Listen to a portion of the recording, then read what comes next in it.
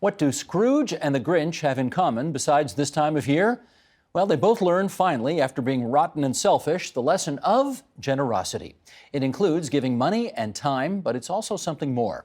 To get a fuller picture of what, let's ask Teresa Marcus. She is president and CEO of the Rideau Hall Foundation. Pat Barkley, evolutionary psychologist at the University of Guelph. And Anthony Skelton, associate professor and acting director of the Rotman Institute of Philosophy at Western University in London, Ontario. And let me start by just thanking you for your generosity, all three of you, for traveling so far to be with us here tonight on TVO. Teresa, get us started. How would you define generosity?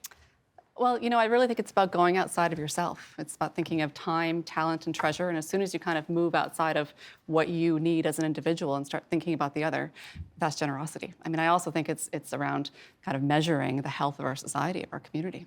Anthony, anything you'd add to that? Yeah, I think it's generally considered to be a virtue or a habit of, using your resources for the benefit of other people for its own sake. Pat, how about you? I would say it's when an individual does something, incurs some cost upon themselves in order to confer a benefit upon somebody else. A cost meaning? Time, money, resources, anything.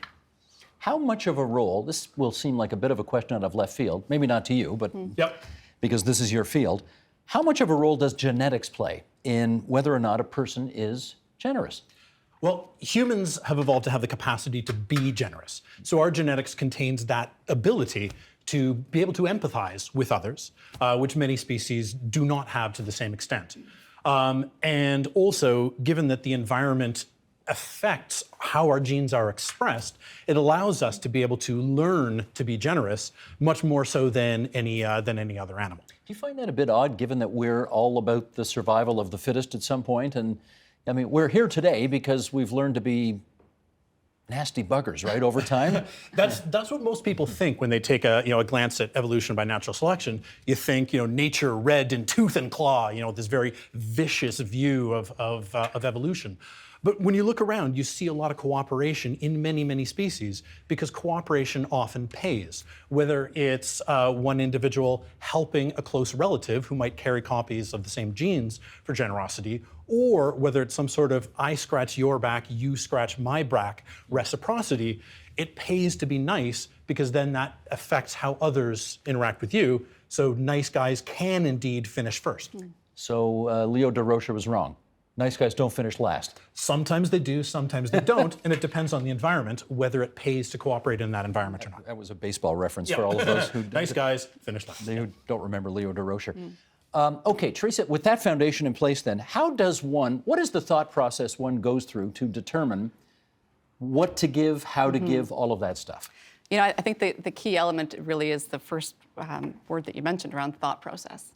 It should really be, what's the impact that you want to have in your community, in your country, in your world, and how can giving or generosity help you get there?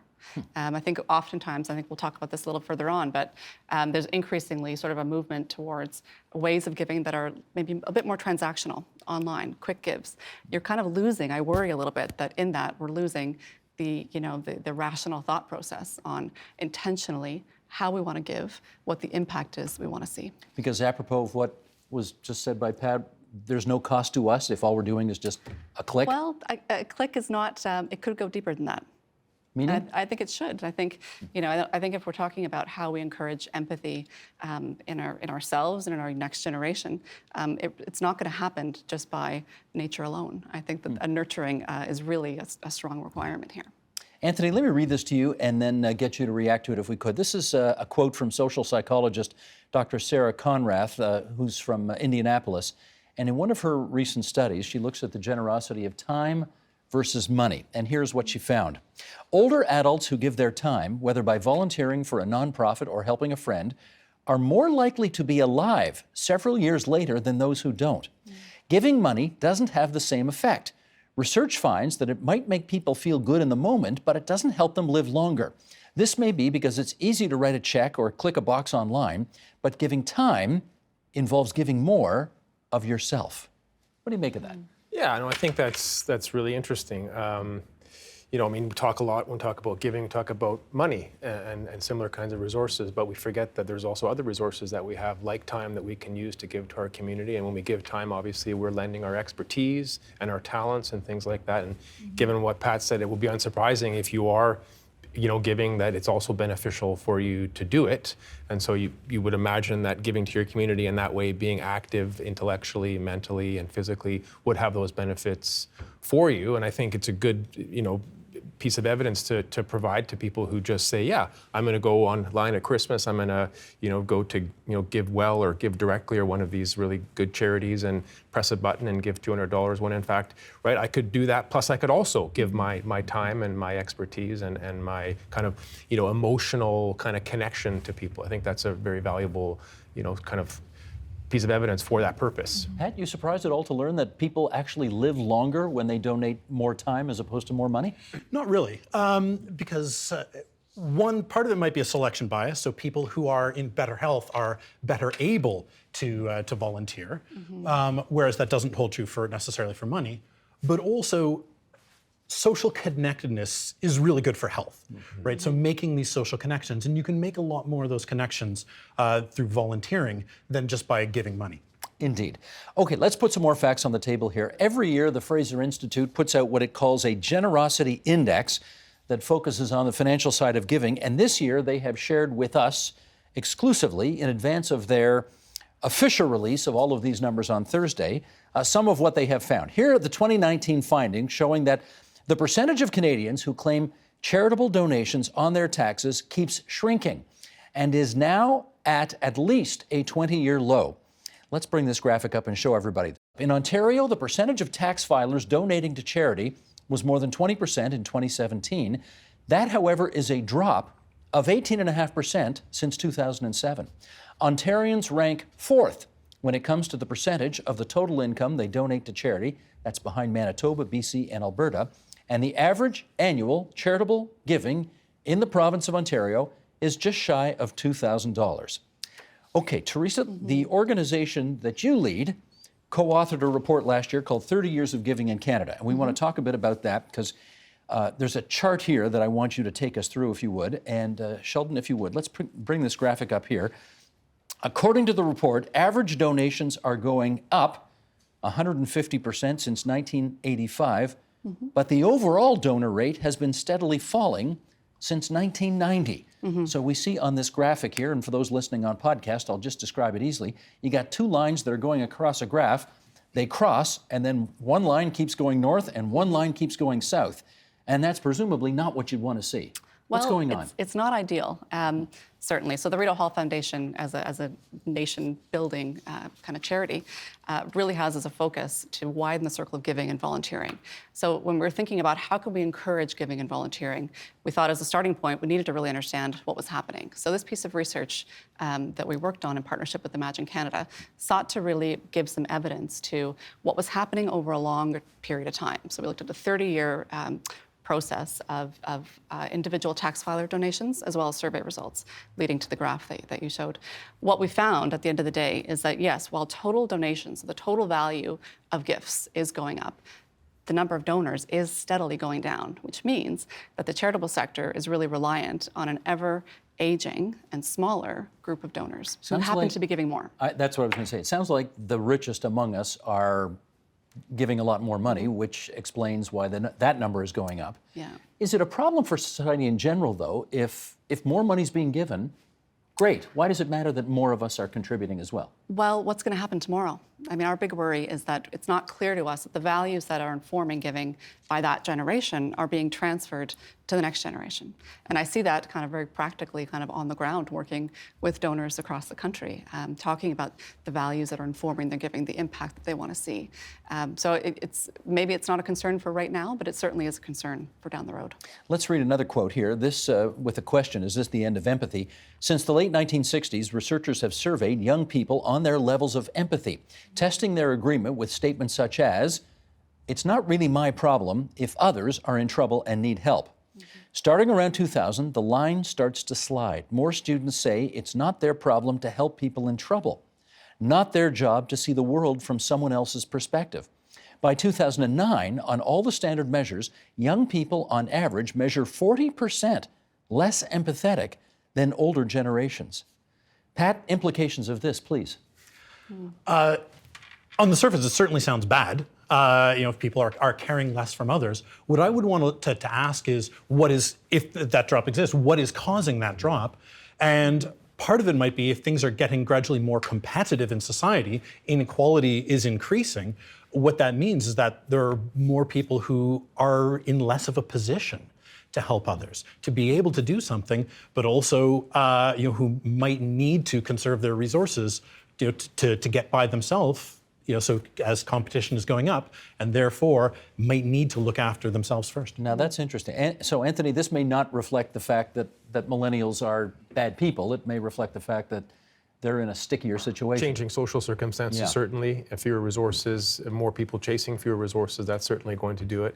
I imagine there's probably quite a bit of information out there about the effectiveness of various charities. Maybe they become more skeptical of it. I mean, this is a generation that has been raised on the internet where there's lots of information about all kinds of charities.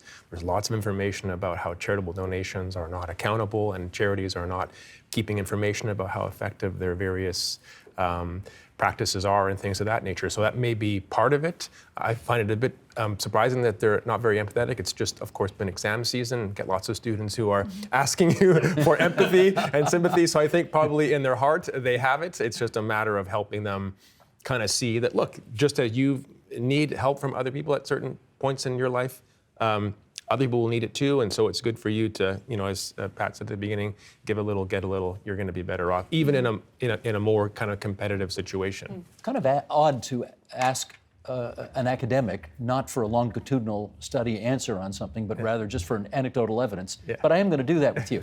You teach students, eh? I do. Okay, so in your daily practices with them, do they seem less empathetic than previous generations? I mean, certainly there's a level of competition, I think, that exists, which may not have existed in the past. I think certainly they're under a lot of pressure to succeed, to live up to the pressures to be excellent. But they also want more. They also are more ambitious. So there's a sort of contextual change, but also a motivational change that's in existence. And so I think that's partly what's explaining it. Teresa, can I go back to your 30 years of giving study here? Please do. We want to get a sense of what's the typical demographic of the typical donor, if there is such a thing. I would argue with the premise of the question that there is a typical donor. I think giving is happening in many different ways across the country to many different types of organizations and causes. So we do know, as I said at the outset, that the givers reflected in the original chart are getting older. But women are also taking on much more of the decision making when it comes to giving. New Canadians are really playing a very active role in the amount of giving that's happening in the country. And so I wonder whether it's maybe not just the issue of the percentage changes in individual tax filer donations, but rather that the way in which giving is happening is just changing in ways that aren't necessarily recorded by tax receipts. Can you give us an indication of how a more diverse country may be having an impact on levels of giving? Well, I think you see it in sort of the health of different communities and the vibrancy of how organizations across a myriad of sectors are being supported. I mean, in many ways, the charitable sector is so ubiquitous because it's everywhere, it's around us, that it becomes kind of invisible. How can, Anthony, I'll put this one to you, how can workplaces have a positive effect on employees by inspiring generosity?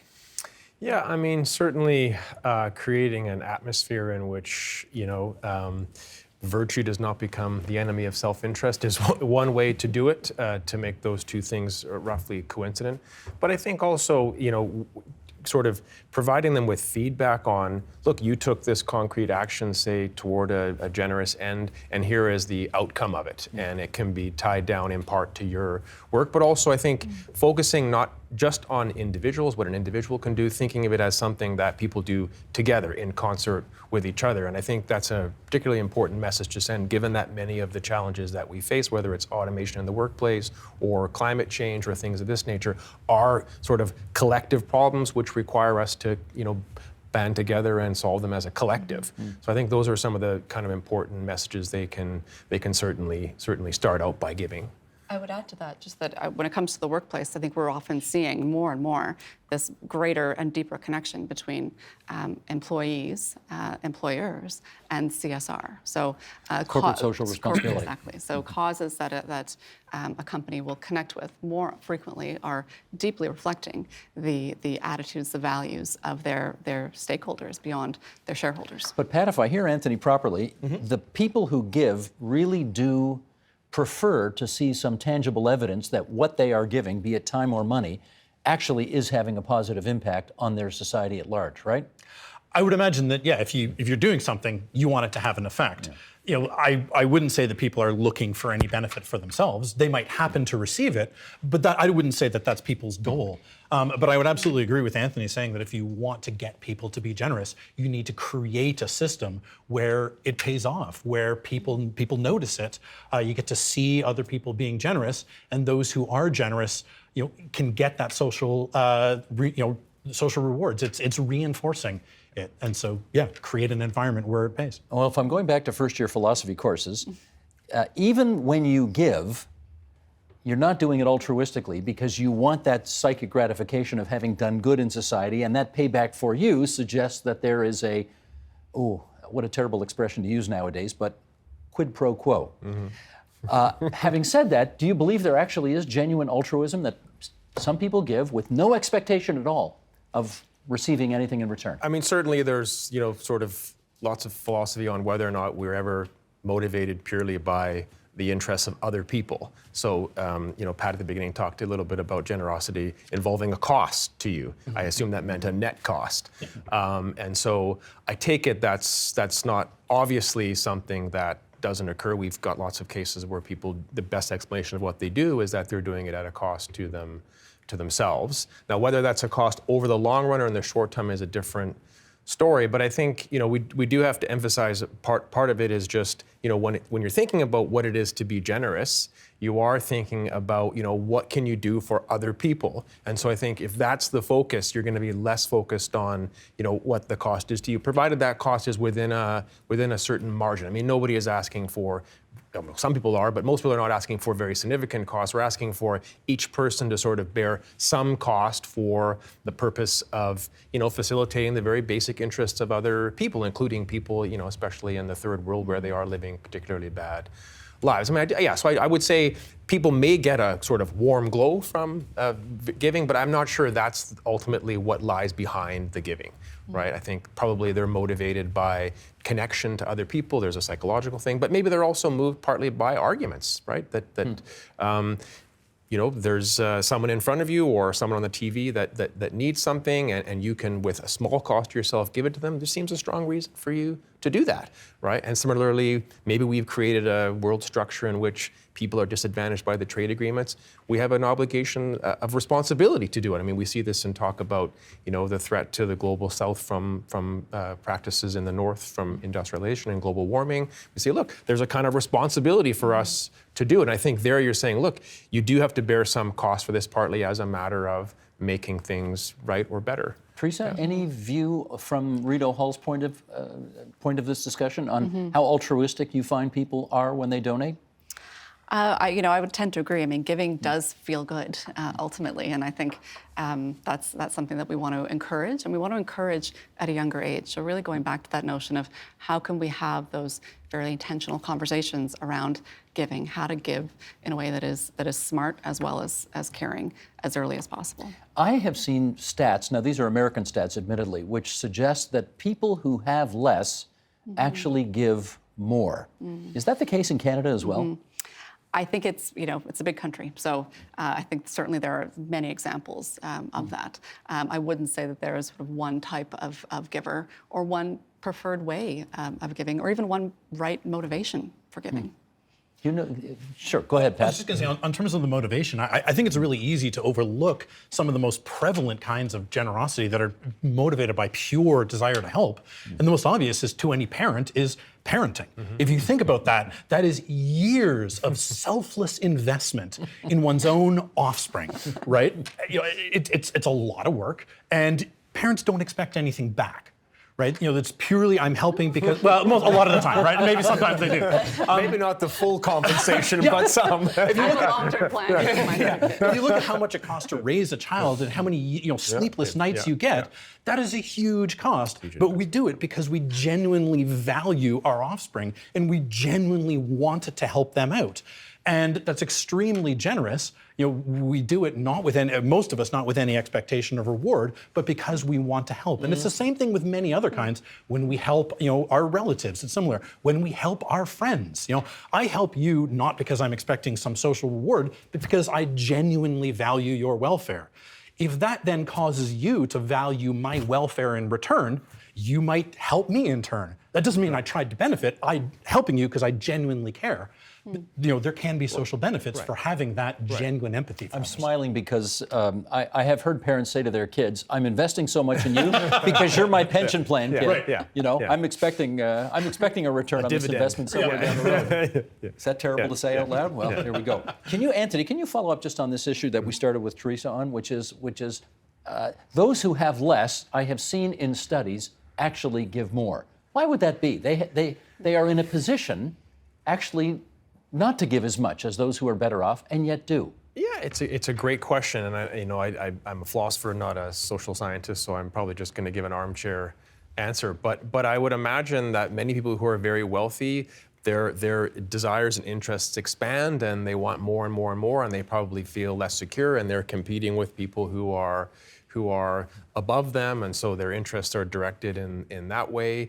Maybe people who are lower down in the scale have connections with people who are at the margins, and so they feel more closely connected to them and want to do something for them.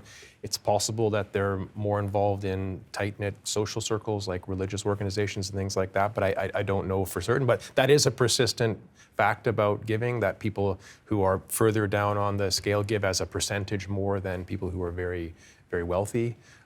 Teresa, let me follow up. He mentioned religion. I want to follow up on that. There was once upon a time where people tithed, right? They gave a tenth of their, is that a tenth? Is that what it was?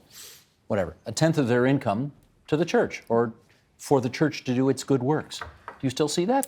Religion certainly, and religious causes and organizations certainly take on kind of the lion's share of current charitable dollars in the country. And so many of our causes have their origins in religious bodies. Those numbers are going down, though, as well. And it strikes me that, beyond just the question of how Canadians, how people are engaging with religious institutions, how are we engaging with institutions writ large? Yes. That's something that concerns us. And I think it speaks to a point that was mentioned earlier, that the importance really of connecting in community. And I think that if that's on the wane, there'll be many other side effects, including giving rates going down. Which religion, in your experience, is the most generous? That is an unfair question. I will refuse to answer. All of them. I took a shot. I had a feeling you might punt that one, but okay, here we go. I want to talk about a new way. We talked just very briefly earlier about the notion of charity being click and how influential that either is or isn't. And that's what I want to talk about now. Click to donate. Crowdfunding, where the power of the masses can inspire a great deal of generosity. GoFundMe is one of the biggest crowdfunding platforms. And Sheldon, if you would, let's bring this next graphic up. I think this is the last year for which we've got numbers available, but it's $400 million has been raised in Canada since the year 2010. $82 being the average donation. And the most popular causes for people to crowdfund come under the category of medical. And take a guess, what do you think the most generous city in Ontario is? The most generous Ontario city is actually, there we go, Thunder Bay in northwestern Ontario in terms of donations per capita. Pat, help us out with this. What motivating factors make it easier for people to donate to a crowdfunding campaign as opposed to what we've been talking about so far? So part of it might be how much of a connection you might feel to the person who's receiving it, how similar you feel you are. How much can you empathize with that person? Is it a sympathetic person? Is it somebody who's similar to you? One unfortunate stat might be the attractiveness of the person does have a big influence on how much they can generate. Do we know that? We know that more attractive people will generate higher donations. Yes. We know that. Yes. In particular, more attractive women will attract more generations from guys. And cute kids, I guess, are... Cute kids, yep. Huh. You want to add something to that? I'm You're a bit astonished, I can taken tell. aback. Well, I think when it comes to crowdfunding, I mean, it's a positive in some ways, but it also gives rise to some concern. Such as? Certainly, there's the ability to, and I think part of the appeal is having an immediate kind of sense of connection to a cause, to a person. But also, there's the question of removing the intermediary, by which I mean the charitable organization, who can help determine what the right approach might be to any particular question or need in society. So I think it's just interesting to me that I think the rise of crowdfunding is happening at a time when people want to have that direct me to you giving. But this is consistent with everything in society, right? We're getting rid of the gatekeepers. Same in your business, same in my business. Exactly, yeah. Anthony, I'm going to read this to you. This is apropos of some of the concerns people have about crowdfunding. Here's author Rachel Monroe, who pointed this out in last month's issue of The Atlantic. She writes, researchers analyzing medical crowdfunding have concluded that one of the major factors in a campaign's success is who you are and who you know. Most donor pools are made up of friends, family, and acquaintances, giving an advantage of relatively affluent people with large, well-resourced networks.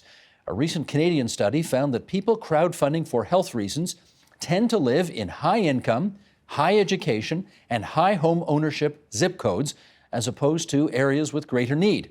As a result, the authors wrote, medical crowdfunding can, quote, entrench or exacerbate socioeconomic inequality. Discuss. Yeah, I find that completely compelling as a criticism. And I think that's part of the problem with crowdfunding. We do have this connection with those people. If people are hurt in an accident or need help with a medical issue that we have some personal experience with, or we can see those people as our father or brother or mother or aunt, we're much more likely to do it. But the difficulty with that is, yeah, it's only people who are very well connected who can do it. And so it's starting already from a very good basis of wealth and just building it up from there. It's redistributing wealth within already wealthy people. And in terms of how much benefit it can actually do, it's fairly limited. And so I think I would sort of encourage people who are going to be thinking about doing that to think twice about it, to think, look, yes, I have this psychological connection, but does that generate a more compelling moral demand to fulfill it? I think one of the things we need to think about, certainly when we're thinking about charity, is, well, we know where people are giving, but where aren't they giving? And often those are cases where we can make the most contribution, or we can make the most impact with even a very small donation. So I think I would say once you see a crowdfunding, you should ignore that because people are probably going to do it, and you should search for the other, kind of low-lying sort of fruit that you can, sort of give to and give, huge amounts of benefit to. I mean, for small amounts of money, you can help people in the third world, immeasurably. Like, Kiva does this. Yeah. Is that crowdfunding? Is that considered crowdfunding? I don't know if it is, but there's a kiva.org where you can literally give $10 to a specific charitable cause in 10,000 miles away and see it work. There's a charity called Give Directly. You can give money directly to people who are living in the third world in countries in Africa, and the charity takes a little bit off of it, but they'll give most of that money to that person. And the research is that those people do tend to spend it on things like medicine for their family, food for their family. They purchase and invest in animals that they can then use as income and things like that. So I think, crowdfunding might have an initial sort of, we should bind together as a community, but it does have this very negative impact. And it's not sustainable, certainly. Not It's not leading Yeah. to change that is systemic or sustainable. I think one thing that we don't quite know yet is the degree to which crowdfunding dollars are supplanting other types of giving.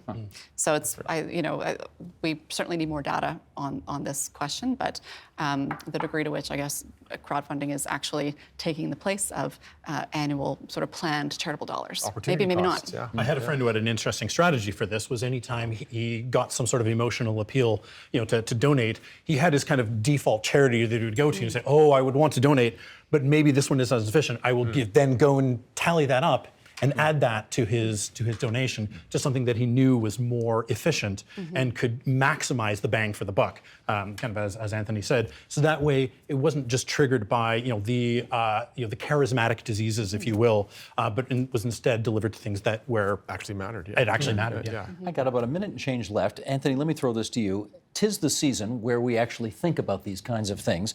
How would you encourage more people to be more generous in more meaningful ways that will benefit more people across society?